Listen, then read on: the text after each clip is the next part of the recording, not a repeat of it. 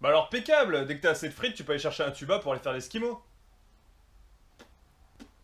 Ah coucou! Je suis super heureux de vous retrouver pour ce 47e épisode de Fasciné, et comme à l'accoutumée, je vais tâcher de vous présenter un top 3 décrescendo des supposés meilleurs films qui s'inviteront mercredi prochain dans vos salles. Donc le 9 décembre. Au programme d'aujourd'hui, on va noyer le poisson, les casseurs flotteurs quittent Maman j'ai raté l'avion et le couple Jolie Pete fait bronzette. Mocassin, cloporte et pompier. Bienvenue dans Fasciné.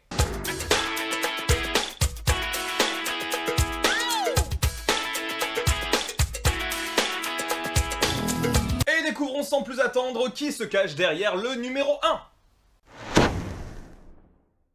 L'un des plus grands monuments de la littérature américaine débarque mercredi prochain sur nos écrans, et ça, c'est pas pour nous déplaire. Image. Réalisé par le prestigieux Ron Howard, oscarisé en 2001 pour Un homme d'exception avec Russell Crowe, Au cœur de l'océan est un drame historique qui est directement tiré du roman Moby Dick d'Herman Melville sorti en 1851. Côté casting, nous ne sommes pas en reste puisque vous retrouverez Ben Whishaw dont on a parlé il y a un mois pour Spectre, Cillian Murphy qui dans mon cœur restera jamais l'épouvantail de Nolan, et dans le rôle principal, le beau gosse Chris Hemsworth qui a d'ailleurs déjà collaboré avec Ron Howard en 2013 pour Rush, aux côtés d'Olivia Wilde et Daniel Brühl. Et en parlant de Daniel, vous ne trouvez pas que c'est la parfaite copie de Jamie Dornan qui interprète Christian Grey dans 50 Shades? Franchement. Côté scénar, nous sommes en plein hiver 1820 et nous suivons l'équipage d'un baleinier surnommé Essex. Ce dernier quitte la Nouvelle-Angleterre avec pour cap le Pacifique quand ils deviennent la proie d'un cétacé d'une taille absolument titanesque qui parvient d'ailleurs à faire chavirer le navire. L'équipage, amaigri par la faim et le désespoir, va devoir prendre les choses en main pour pouvoir survivre. C'est la loi de la jungle. Alors, comme je vous le disais, Moby Dick fait clairement partie des romans les plus fascinants de la littérature américaine. Il est ouvertement inspiré de faits réels, puisque son récit repose sur les mémoires du marin Owen Chase, qui aurait vécu une expérience similaire. Le souci, c'est que lorsque Melville voit son roman édité au milieu du 19e siècle, eh bien la critique préfère bouder ce dernier et le laisser tomber petit à petit dans l'oubli. Mais lors de la célébration du 100e anniversaire de l'auteur, ce roman est instantanément devenu le best-seller et le chef-d'œuvre que l'on connaît aujourd'hui. Et donc, eh bien pourquoi Au cœur de l'océan ou In the Heart of the Sea?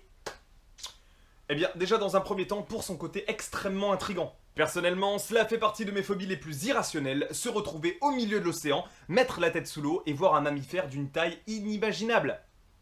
Comme quelque chose. Ron Howard est loin d'être un amateur en la matière et couplé à ce casting d'exception, ça ne fait que très peu de doute sur le fait que ça puisse devenir une référence. Donc wait and see. Si. Ouais, c'est un jeu de mots américain. Et tout de suite, le maintenant si.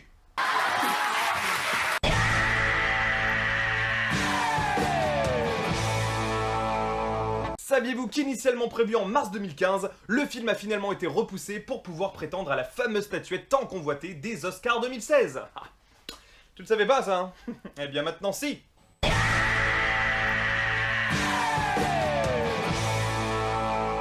Et passons sans plus attendre au numéro 2 de ce top. Cooking Soul. Bam, dès l'intro tu kiffes, c'est le retour du groupe de rap le moins productif. Donc ça commence par une buffe portée dentée, et puis ça finit par une Königsbier éventée. À défaut de reprendre le micro, Orelsan passe pour la première fois derrière la caméra, et ce pour notre plus grand plaisir. Image.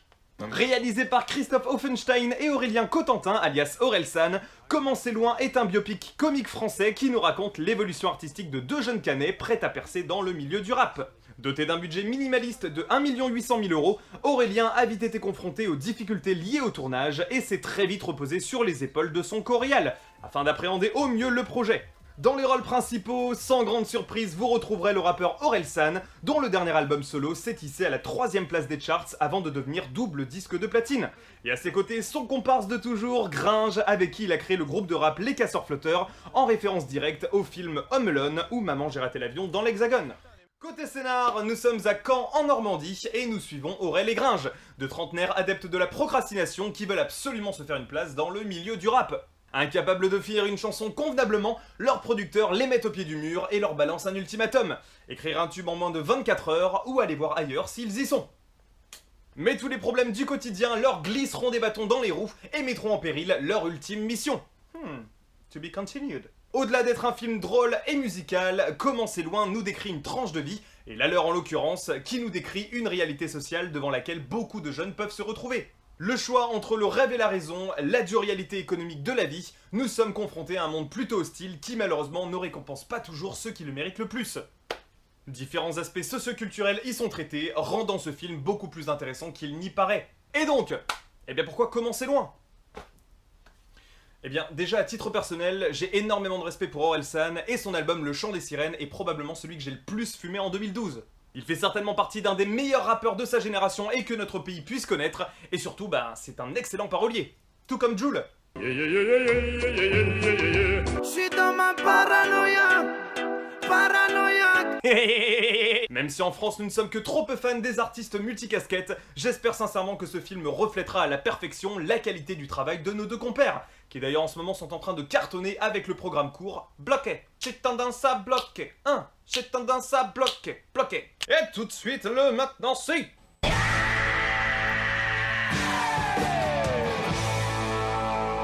Saviez-vous que les seconds couteaux de ce film sont en réalité des amis d'enfance des casseurs-flotteurs qu'ils ont souhaité inclure au projet en souvenir du bon vieux temps? Vous saviez pas, hein? Eh bien maintenant si.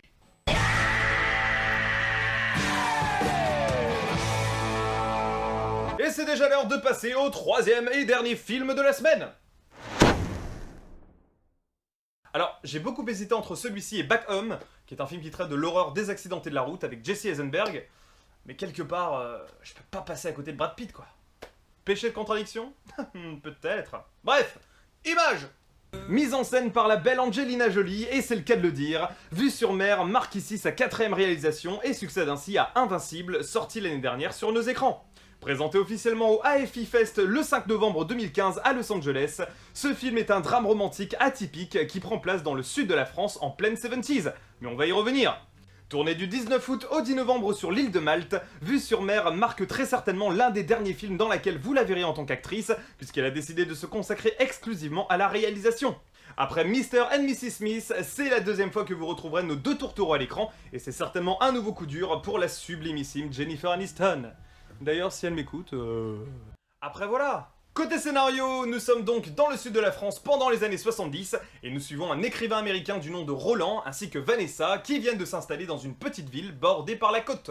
Le couple semble battre de l'aile et ils font la rencontre de Léa et François, fraîchement mariés, qui viennent profiter de leurs vacances. Pris à partie dans les histoires conjugales de leurs amis, ils vont tenter de rafistoler ce qu'il reste de leur amour. Alors oui, ceux qui ont déjà vu le trailer y retrouveront un rythme très lent, voire même soporifique, mais ceux qui ont un œil un peu plus aguerri y verront un magnifique travail au niveau de la photographie. L'œuvre semble vouloir rendre hommage à la nouvelle vague et n'est pas sans rappeler le mépris de Jean-Luc Godard, faisant ainsi d'Angelina Jolie la Brigitte Bardot des temps modernes. Et donc, eh bien pourquoi Vue sur mer? Eh bien comme je l'ai dit tout à l'heure, je ne peux pas faire faux bon à Brad Pitt. Impossible.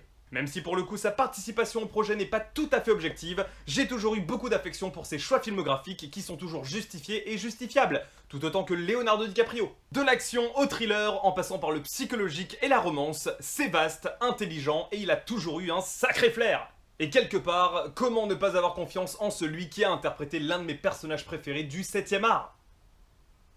The first rule of Fight Club is, you do not talk about Fight Club. The second rule of Fight Club is, you do not talk about Fight Club. Et pour clore ce 47e épisode de Fasciné, le dernier maintenant si.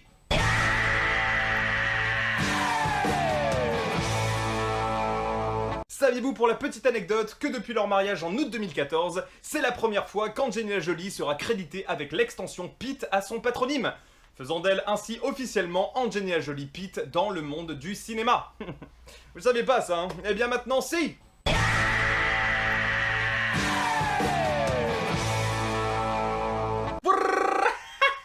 Merci à vous d'avoir suivi cette chronique, j'espère vous avoir donné l'envie d'aller voir au moins l'un de ces 3 films.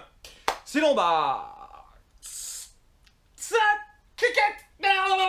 bisous, bisous, bisous, bisous, portez-vous bien, ciao.